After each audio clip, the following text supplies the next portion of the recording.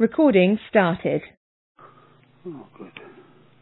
Yes, we do record these teleconferences and put them on the website afterwards so that people can listen again should they wish to.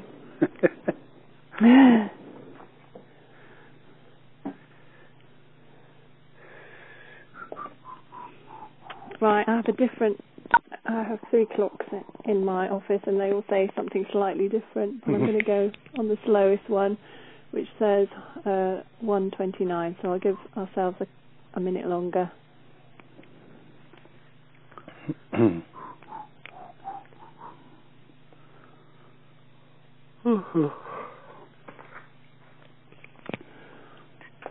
Right, I think we'll make a start. It seems to be 1:30. So good afternoon, everyone, and welcome to the EBLEX Beef teleconference. This afternoon we've got 2 speakers for you. The first one's going to be Basil Lowman talking about harvesting options for cereals, and the second one will be Chris Savert talking about forward buying of feeds. So the plan for this teleconference is that each speaker will talk for about 15 minutes, and then there will be an opportunity for you to put questions to them. So the way to do that is either to email me on BRPCONF, so that's brpconf at eblex.ahdb.org.uk. Or you can text me on 07990506012. Our IT people have told us that we may have some email issues this lunchtime, so texting may be the safest option, but at the moment I am getting emails, so you can try that option as well. Before we start, just to say there are summary expert view sheets available which you can request, which will summarise what the presenters are going to talk about today, and they can be requested on the email address I've just given out to you. But without further ado, I think we'll hand over to Basil, who works with SAC Consulting in Scotland and is going to talk about harvesting options for cereals. Fine, thank you very much indeed, and welcome if there's anybody out there. What I'd like to talk about really is some of the options, different options for harvesting cereals, where they're going to be fed to livestock, and in particular ruminants. The conventional harvesting system of waiting until the grain hopefully is dry and doesn't need to go through a dryer when it's about 12-16% moisture content is very much the final stage at which grain can be harvested. Even at that point, we're beginning to lose yield and grain is dropping on the ground, etc. So all of the other options based on harvesting cereals before that time, i.e. while the grain is a lot more moist. And the techniques, the 4 or 5 techniques we'll talk about, really apply to all cereals. That's wheat, oats, barley, triticale, and some of the lupins, peas, beans, things like that, some of the legume crops. And there's tremendous advantages from harvesting crops earlier than we normally do. And I'd just like to go through those because hopefully when we get to the end, you'll wonder why on earth you haven't been doing this donkeys years ago. The first thing is, and the most important one of all, is we end up with higher dry matter yields per hectare of both grain and straw. It's interesting that once there's no green in the plant at all, a week or so before it's going to be combined, the plant is still living and it's continuing to breathe, respire. And that takes energy. And because it can't produce energy from photosynthesis, because there's no green material, it starts drawing on the starch in the grain. So that's one loss we have already. And of course, on top of that, we have the loss of leaf shatter and grain dropping on the ground. So there can be quite big advantages, 10-15% in yield of harvesting earlier. The second big advantage is, from an animal feed point of view, is that you end up with a higher feed value of the straw. The less mature the straw, the greener it will be, and equally important, the more leaf it will have. And it's the leaf which is the really digestible, useful feed in straw. It's about 2 to 3 times more digestible than the stem. And of course, because it's green, protein levels will be higher. The slight downside to that is it's probably unwise then to bale immediately behind the combine. You might have to leave it in the swath for a day or two to cure a bit before it can be baled. But where the grain has been grown as a cover crop for undersown grass, things like that, then that gives us the combination of a less mature straw with its higher feed and protein value, and bits and pieces of the grass sticking up when it's combined. And that probably means that with that material of a much higher feed value again, it's worthwhile actually baling it and wrapping it as a halfway house between straw and baled silage in terms of its feed value. And of course, getting the crop off early to allow the undersown crop to see the sunlight and get really established has benefits for the development of that crop and how well the grass and how well it yields later on in the season. So many advantages there. Now, one of the slight drawbacks where we're harvesting moist grain with a combine is people tend to go very slowly because everything is more green and more difficult to get through the combine. But if we remember that we're actually combining this grain to feed to livestock, then having a bit of chaff and the odd bit of straw in it is actually a big advantage. Chaff has quite a reasonable feed value, nothing like grain, of course, and normally it's blown out the back of the combine and goes down to feed the earthworms. So if it actually goes into the tank and comes out with the grain, then that's actually an advantage rather than a disadvantage. And of course, as soon as we open up the sieves, then we can combine considerably faster. So that needn't actually be a problem. My arable colleagues tell me that, by clearing fields earlier, by combining them or harvesting them earlier, means we've got fields cleared allowing an earlier entry for arable crops. And evidently oilseed rape is a favourite one needing an early entry. But what interests me a lot more, and something I think we're going to see a lot more of in the future, is cover crops, rather than bare stubbles over the winter. And the earlier we can plant those, the better they'll become established, the more cover crop will grow to be played in as organic matter the following spring, improving soil quality. But of course, my interest is, I don't want to just plough it in the spring. First of all, I want to process it through a ruminant, i.e. graze it off, and then plough it down to save the arable farmer the cost of actually putting in a chopper or something to chop it up so it can be ploughed in. So again, getting that in early can have tremendous benefits. The other thing is that in fact, by combining earlier, it spreads the harvesting workload. You all know what it's like when it's been damp for a week or so and the combines are sort of sitting there waiting to go. When there is a break in the weather, then in fact all the combines are going, and if you're looking for a contractor, you'll never get him at all. But if in fact you're combining it 1, 2, 3 weeks even earlier, then in fact that spreads the workload for everybody and makes life better. And of course it's even more flexible because we're going to harvest this as a damp feed. Then, in fact, we can harvest it before the dew's gone off in the morning, while the dew is coming down at night. If there's a bit of drizzle in the day, it doesn't matter. So again, this can have a considerable impact on the length of the working days for these expensive combines and what have you we now have on farms nowadays. And of course, because the feed is damp, then it's a less dusty feed to cattle, and that itself has benefits in terms of intake, diseases such as pneumonia, etc. And many of the systems actually involve processing of the grain, crimping being the most common one, when it's harvested. So that again avoids the almost daily routine over the winter, or certainly a weekly routine, of having to process dry grain with all the problems of dust flying around the place and the losses incurred in that. So many advantages. Moving on further, often the earlier harvest cereals can be stored very cheaply in pits. None of the systems produce an effluent, so we don't need sort of big effluent tanks or anything like that. But because they're high quality and contain high levels of starch, actually baiting for vermin is essential. So we do need to be careful to make sure we're keeping the rats out.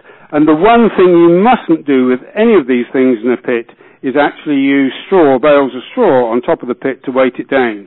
That gives the rats their ideal of heaven, a nice dry lying reproductive area upstairs, downstairs the best quality feed under the sun. And if you do that, then you end up with rats looking a bit like, giants, to say the least. So where we can go overcome that problem is some of the systems we'll talk about in a minute. One of the preservatives we use is actually urea, which turns into ammonia, and that makes them very unattractive. In fact, you won't get a decent rodent going near them at all. So that overcomes some of the problems of vermin. But the big advantage of these urea-added treatments is that they increase the pH of the grain or the whole crop considerably to somewhere between 8 or 9 and make them relatively safe feeds in terms of acidosis and what have you. But the final drawback, which applies to all of these systems, where we're feeding high levels of moist grain, then we do require higher levels of supplementation of vitamin E and selenium when we're feeding it to cattle. So that's the advantages, and hopefully you're reasonably impressed with all of them, which I think can have a major effect on the profitability of growing crops for feeding to ruminants. Just very quickly going through the systems, I would like to talk about 5 of them really. The first one is crimped grain, and this is grain combined only 3, 4, 5 days earlier than normal, traditionally through a combine. It's somewhere about 20, give or take, % moisture. So rather than dry it, what we can do is run it through a crimper, which very quickly rolls it at a very fast rate, and either add popcorn to it, propionic acid, which we'll all know from storing whole dry grain, and put it in a pit, and it sits there quite happily, protected, no problem with vermin, and no effect on its protein content. But something we can just go in, lift up with a bucket, and take straight out and feed directly to cattle. The alternative approach is coming back to what we were talking about before, using urea as an additive, and there's 2 systems in the market with that. One up north in Scotland, Maximon, and the other Home and Dry, both really based on using uncooked soybean meal as a supply of urease. And urease is the enzyme which breaks down urea to produce ammonia. And it's not the urea that preserves the feed, it's the ammonia. It's the high alkalinity of ammonia. So both of these need to be added pretty quickly post-harvest to the moist grain once it's been crimped, because if we leave moist grain in the heat for too long, it begins to ferment, which produces acid, and the acid gradually destroys the urease, and the urea sits there and isn't broken down to ammonia. So it is quite important that where we're using urea as an additive, with these urease containing compounds, Maximum or products, Maximum Home and Dry, that we get that on as soon as possible after harvest. So off the combine, through the crimper, the additive applied, then into a heap, and that heap needn't be rolled. It does need to be covered to keep the ammonia gas in, but it doesn't need to be rolled. And a side effect of that is that also will increase the protein content of the grain by about an extra 3 or 4%. So it'll take grain which might need some protein supplementation for beef cattle into a situation where we can do away with any protein supplement whatsoever, which is a very nice advantage as a byproduct. Now the second system is again combining grain moist, but this is a lot earlier. This is at about 30 to 45% moisture content at the soft dough stage, and that's anywhere between 3 to 4 weeks earlier than you would normally combine. And with this, it goes through the crimper, again, as soon as possible after harvest. It does need an additive, and that can either be an acid additive, organic acids, or inoculants. It does need to be rolled, and because it is a lot of, straight grain, more or less, then it does need to be carefully baited against vermin. But because these are acids, inoculants are added, there's no effect on its protein content. So it's just normal grain. But there will be a lot of that ongoing in the country. The reason we need additives in that is not to preserve them in the pit, but as soon as it's open, because there's all this starch which has been crimped, readily available to the atmosphere and the air, then it's to stop secondary fermentation from things like yeasts, etc., like that. So the additives are to prevent secondary fermentation. The third system, which I like very much indeed, is just the same as above, so it's very moist grain at 30-40% moisture, again at the soft dough stage, again through a combine, only this time we don't crimp it, we just put it into a heap and add urea to it as soon as it is harvested. And that's called urea-treated grain. And that, to me, is a fantastic system. We supply enough urea to it to actually avoid having to process the grain, because the high alkalinity of the grain breaks down the seed coat. I'm sure you've all heard of soda grain, which is made with sodium hydroxide, another very strong alkali. Then this has exactly the same effect, but because it's urea and contains nitrogen, it also increases the protein content of grain up to somewhere around about 18-20% crude protein. So, and because there's a lot of ammonia floating around, vermin hate it.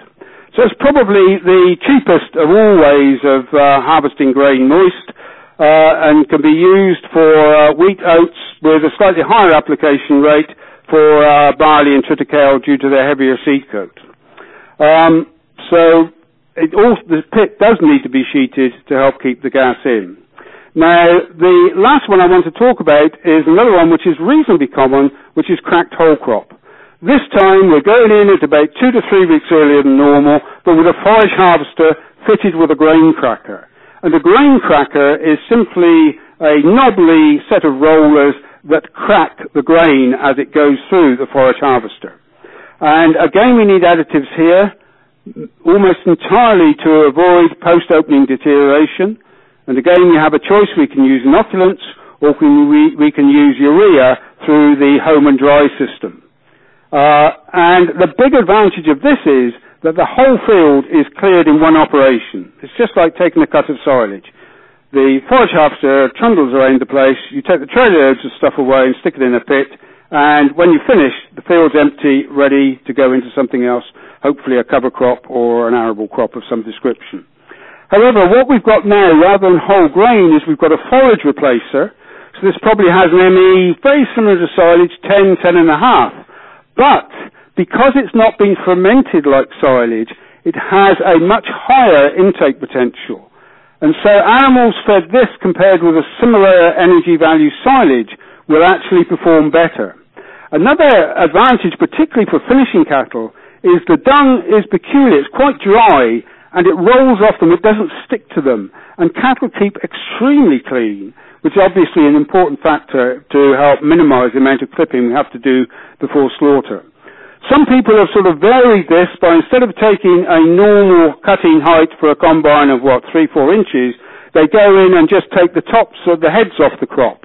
Now, while that does give you a higher energy feed, probably with an ME of about 11.5, it's very similar to whole grain, just with bits of straw and chaff in it. The problem is what you do with the standing straw left in the field.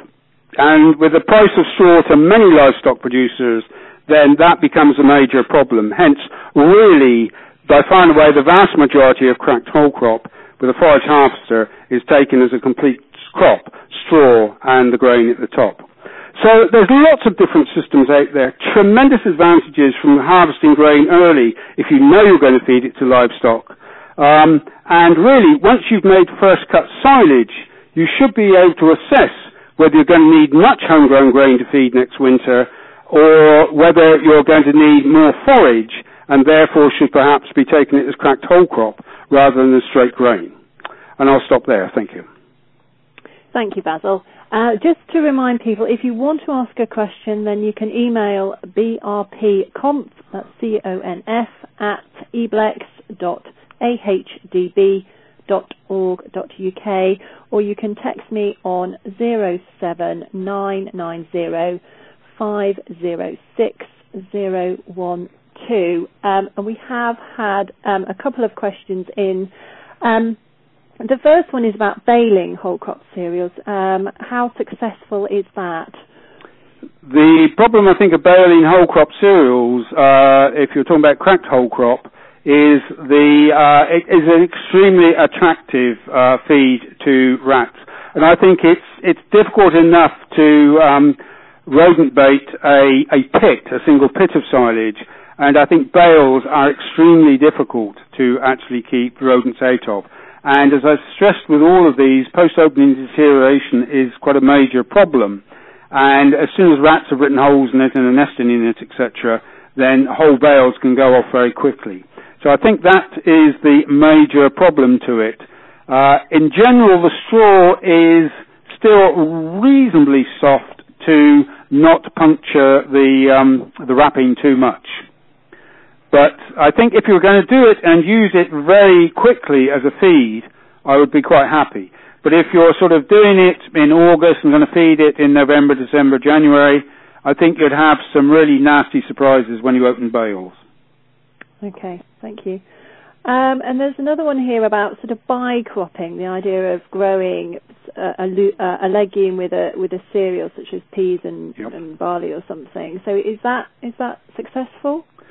Well, at this point, stress my complete ignorance in everything under the sun, and in particular in crop husbandry. What I'm told by my crop colleagues is if you go to bi-cropping, then it can make crop management in terms of sprays, weed killers, etc., quite complicated and if not impossible. Now, how true that is, I haven't the foggiest. But what I would say is if you are going to grow a cereal crop for whole cropping, really it has the same target as you would for growing a straightforward grain crop for normal sale. You want to maximize the amount of energy and in particular the amount of grain, i.e. starch, you're producing from that field. And if you begin to reduce that yield, then I think some of the advantages claimed for bi-cropping are less real in real life.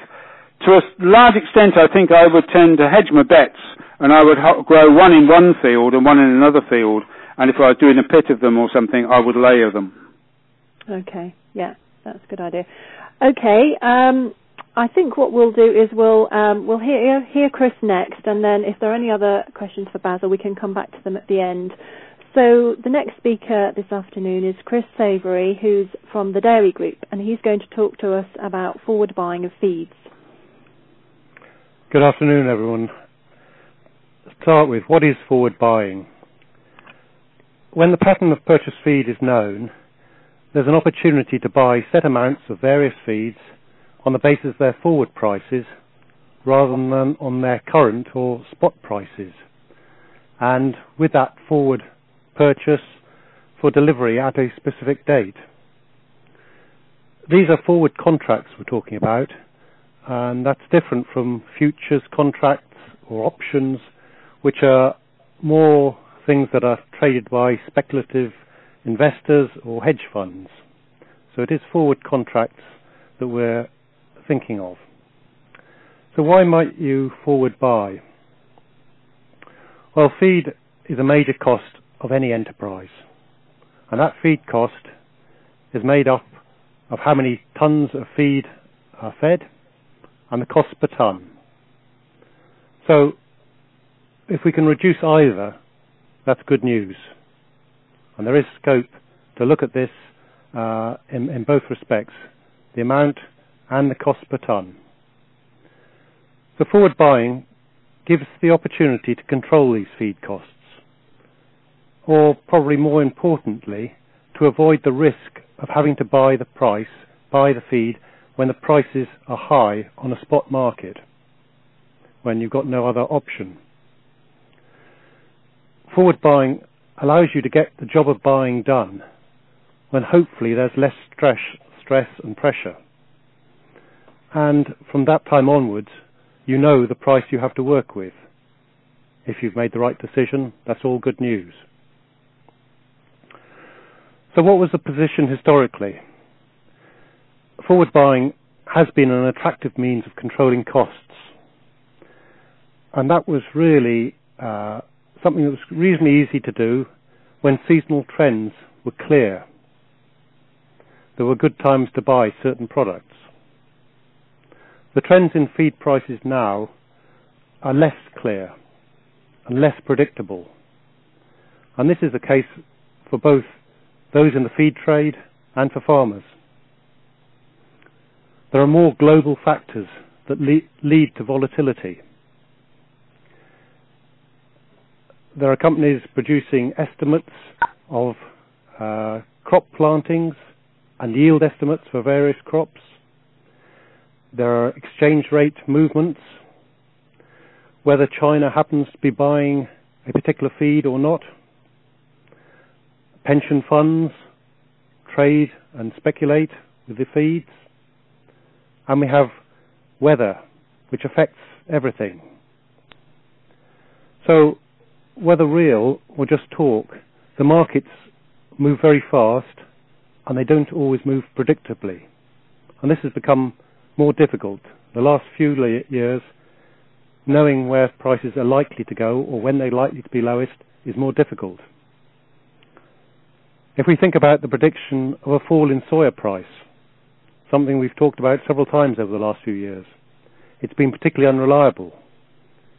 It hasn't fallen when it was expected to, and moves in an unpredictable manner.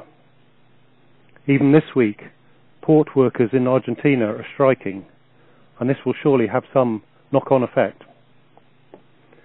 Remember that many of the key proteins, particularly soya, rape, sunflower, are grown primarily for oil. Livestock get the residue. It's a very good residue. But factors affecting the oil market and crushing margin all influence the market and prices. So what products are we talking about? It's predominantly the straights, feeds like soya, rape, beet pulp, energy feeds, which may be far more important to beef farmers, and will follow more predictable changes generally, old season going to new season, but even our own crops here are much more influenced by world trade. And all the other energy feeds, cereal replacers and such like, will follow those similar trends to the cereals. But we shouldn't just think about straight feeds. You can also forward buy blends and compound feeds. And there is increasing favouring of blends, whether it's coarse blends or pelleted. And I think there's generally a move away, in many cases, from having multiple straights.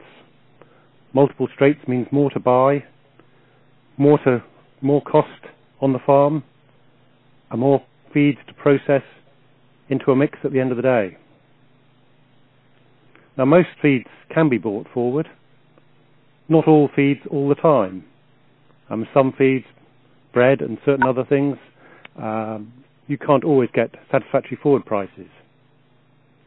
And in some cases, you may well find that there's little difference between spot and forward prices.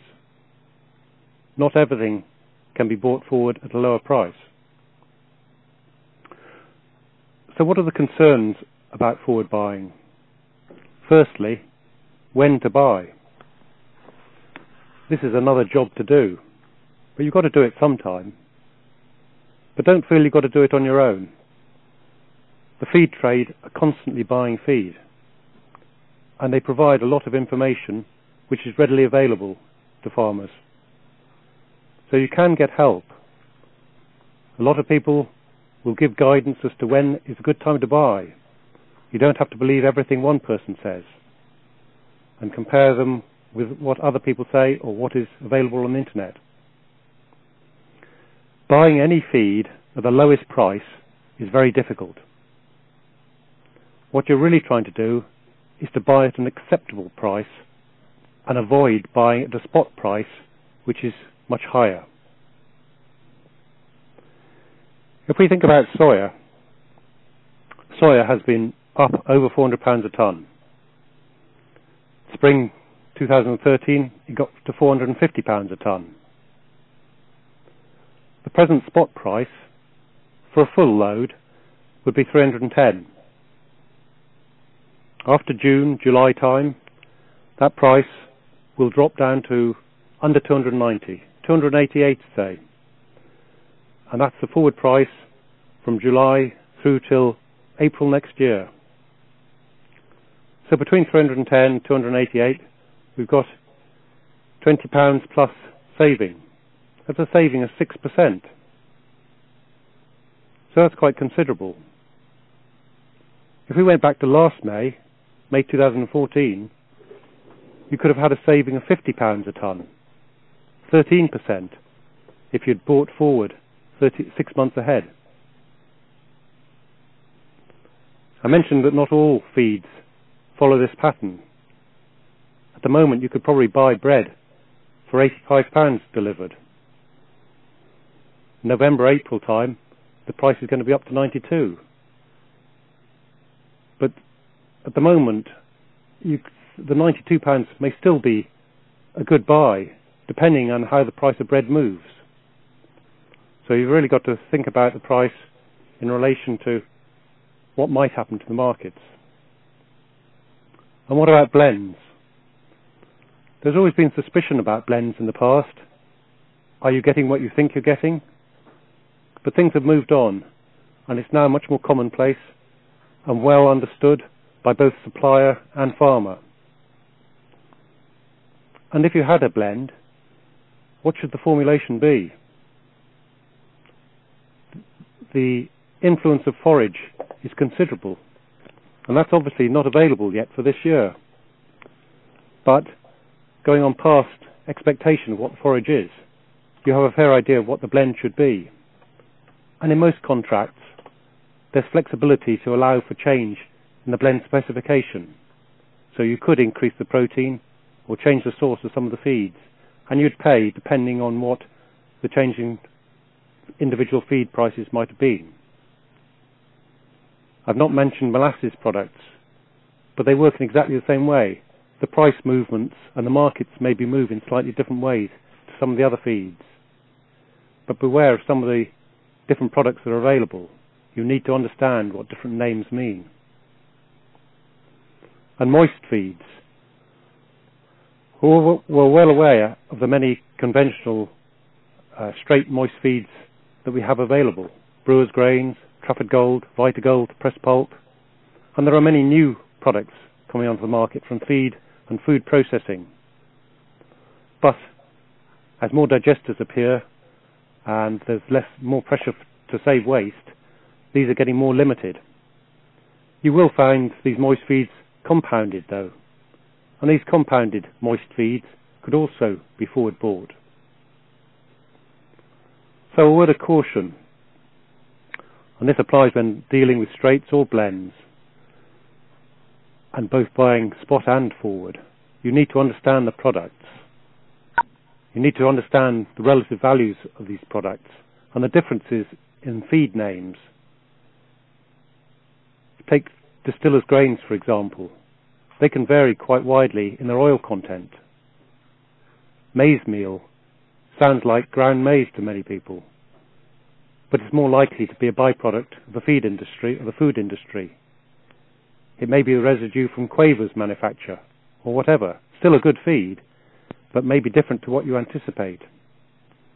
And some feeds require further processing. For example, buying maize from the port, you would still have to process it. You need to be aware of the differences between port and delivered prices, discounts for load size, and unfortunately some of the big geographical variations depending on whereabouts in the country the product has to come from. So, although there's a lot of talk about forward buying and prices, make sure you understand the product and that the quote that you receive is relevant for you. In summary, forward buying is certainly one way of reducing costs. But you need to be well planned and you need to know what the requirements are. You could say that we need to know the requirements anyway, and more that's the case. But it may be difficult depending on forage supply. And it's not a market you can suddenly jump into. You need to be alert to market movements, how things change. But you can get help with this and watch how things change. Another approach and a form of forward buying is joining a feed group. And forward purchase of blends or compound feeds is quite practical, with some economies of scale of purchase. In some cases, group tendering is changing to a what's called an open book system, but is this still similar? The supplier is made aware of the requirement and they buy at their best prices. So in both cases, that could help. And I think it's important to remember when thinking of forward buying that not all feeds need to be bought at once. If there's a large amount to be bought, take some cover. Little and often can be okay. And especially when markets are rising, this might be the best approach, what's sometimes called pound cost averaging. So you don't get the best price necessarily, but at least you save on buying at the highest price. Bear in mind that things can go wrong. Buying soya hulls, or any other feed at what seems a reasonable price may still prove expensive if the market drops. But try and work to a price that you can live with. Above all, try to avoid having to buy on the spot market, where you have little option. Thank you.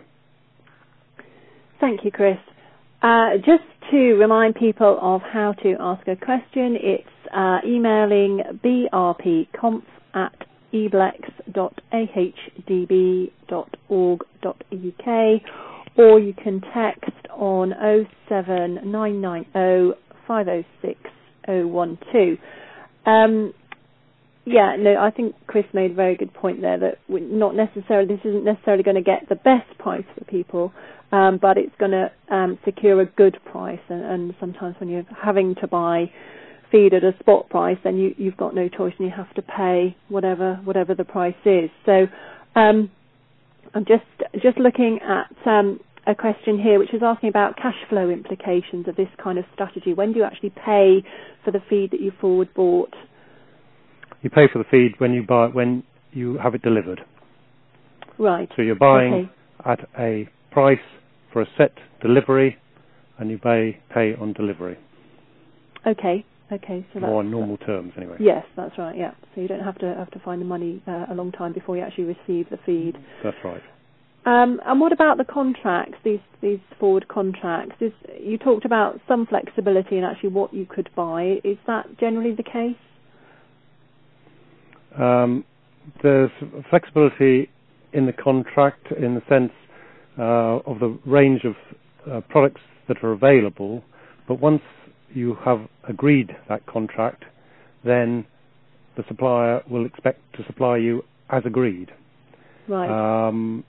If there is delay in your requirement, or you need to bring forward, or you need to cancel a contract, then you're in the hands of the supplier, and how well that suits him to help you will depend on the state of the market at the time. Yes. Okay, that's great. Thank you. And there's another question just about the timing of doing it. I mean, I think you suggested that sort of this time of year was a good time to sort of monitor prices and sort of see when you thought the price looks good. Is that what you were saying? Well, it's become much more difficult than it used to be, and to say there are specific times when it's necessarily right would be incorrect. There's a need to follow the market, look at some of the historic trends which are fairly readily available for the type of products you're interested in, and see what the trends are and when the lowest figures are likely to be. Because we're in a world market for certain things now, then those are not quite so clear as they used to be. But as I've just indicated with soya and soya hulls, you could see the same type of patterns, and there are some distinct advantages at certain times in being ready to buy on a forward basis. Can I just butt in there for 1 second? The point was made, I think, very well, that a lot of this depends on what forage you've got. One, how much you've got, and secondly, the quality of what you've got. If you happen to have made a silage with extremely high levels of protein, then perhaps your requirements of rapeseed soya will be extremely low. And I think traditionally we have a nasty habit of waiting until, we've just hazed 1 or 2 animals to actually check what we've got, what we're going to feed them over the winter, and hence what we might need to buy. And the point I would like to make is that I think for most of us, first cut silage is a major proportion of our requirements next winter. And about 4 or 5 weeks after we've made it, it is very easy to estimate how much silage you have in a pit, in bales, whatever it might be. And then to put a sample in and get it analysed then, which will tell you the dry matter you've got, hence how much dry matter you've got available. And the critical point is the quality of what you've got available. And both of those things have a tremendous impact on what you will actually require for next winter. And I think, so I would take the advice that's been given that to actually keep track of the markets, but to analyse what you've got in your first cut as soon as possible, and then make the necessary decisions in forward buying what you know you're going to need next winter. And of course that also has an effect on how I would harvest my cereals. If, for example, I have a tremendous yield of first cut, and a lot of us have a lot of silage carried over from last year, then perhaps I would only need half of my cereal crop to go down the animals' throats, and I could sell the rest as a cash crop. So I think there's a lot of advantages of doing our planning for the winter and silage analysis much, much earlier than we've traditionally done. Fully agree. Yes. Must plan ahead, and if we're going to get better utilisation of forage, that's absolutely necessary. Good. Yes. No, thank you, Basil. I haven't got any more questions at the moment, so I'll just go through a few events that we've got coming up to flag those up to people if they're interested. We've got a number of Live to Dead events coming up around the country, some already planned for Lancashire, Bedfordshire, Somerset and Lincolnshire. We've also got some how to make better silage events and some events on parasite control during the grazing season for cattle. So if anyone is interested in attending any of those events, there's more details on the website, or you can ring up on 01904 771 211. Also to flag up that EBLEX will be at the Beef Expo event at the York Auction Centre on May the 21st. So we'd be very pleased to see anyone at our stand at that event. And finally, just to flag up that next month's teleconference is on Friday the 5th of June at 1:30. We've got Dave Davis talking about cost-effective use of silage additives, and we've got Karen Stewart here from SAC Consulting, and she's going to be talking about the use of distillery and brewing industry co-products as beef feeds. So I don't think we have any more questions, so I'd like to thank our speakers very much and remind people that the expert view sheets are available. If you email in, we can send those out, and that gives a summary of what we've covered today. So thank you very much, and I hope you have a good afternoon. Thank you. Brilliant. Well, I'm disappearing then. Oh, everybody's... Right. Thank you. Brilliant. Well, I'm disappearing then. Oh, everybody's... Right. Thank you. Brilliant. Well, I'm disappearing then. Oh, everybody's... Right. Thank you. Brilliant. Well, I'm disappearing then. Oh, everybody's... Right. Thank you. Brilliant. Well, I'm disappearing then. Oh, everybody's... Right. Thank you. Brilliant. Well, I'm disappearing then. Oh, everybody's... Right. Thank you. Brilliant. Well,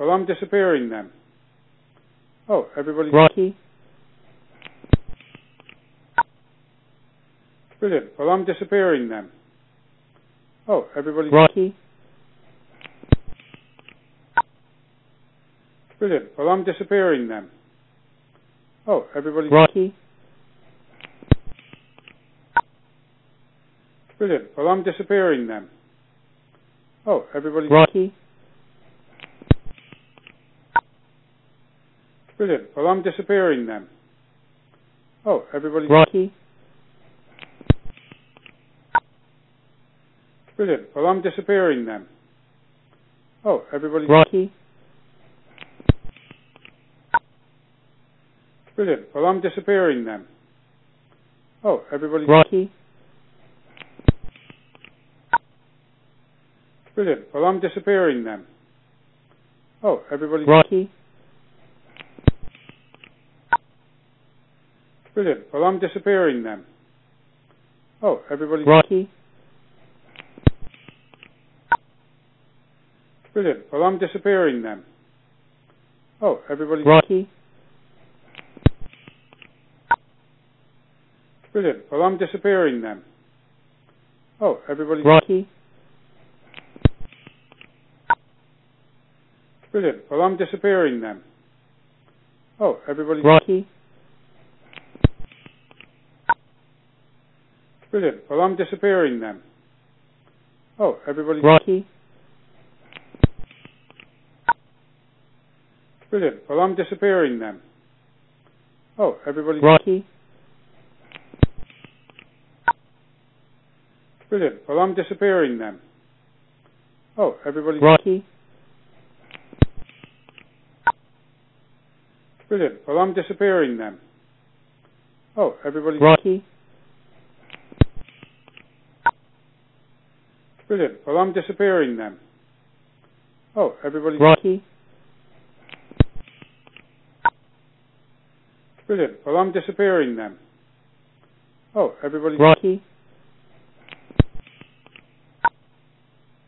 Brilliant. Well, I'm disappearing then. Oh, everybody's right. Brilliant. Well, I'm disappearing then. Oh, everybody's right. Brilliant. Well, I'm disappearing then. Oh, everybody's right. Brilliant. Well, I'm disappearing then. Oh, everybody's right. Brilliant. Well, I'm disappearing then. Oh, everybody's right. Brilliant. Well, I'm disappearing then.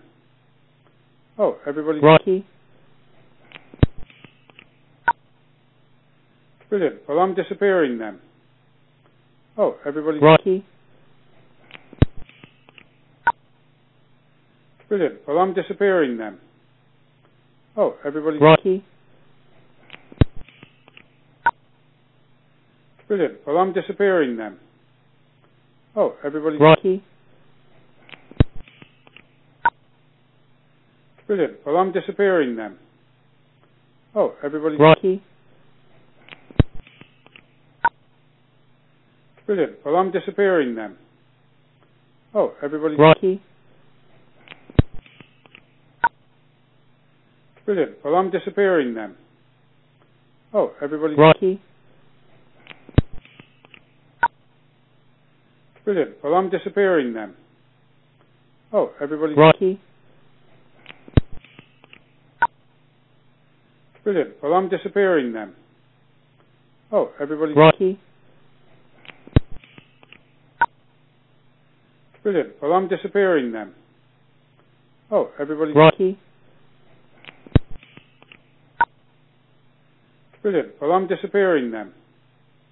Oh, everybody's right. Brilliant. Well, I'm disappearing then. Oh, everybody's right. Brilliant. Well, I'm disappearing then. Oh, everybody's right. Brilliant. Well, I'm disappearing then. Oh, everybody's right. Brilliant. Well, I'm disappearing then. Oh, everybody's right. Brilliant. Well, I'm disappearing then. Oh, everybody's right. Brilliant. Well, I'm disappearing then. Oh, everybody's right. Brilliant. Well, I'm disappearing then. Oh, everybody's right. Brilliant. Well, I'm disappearing then. Oh, everybody's right.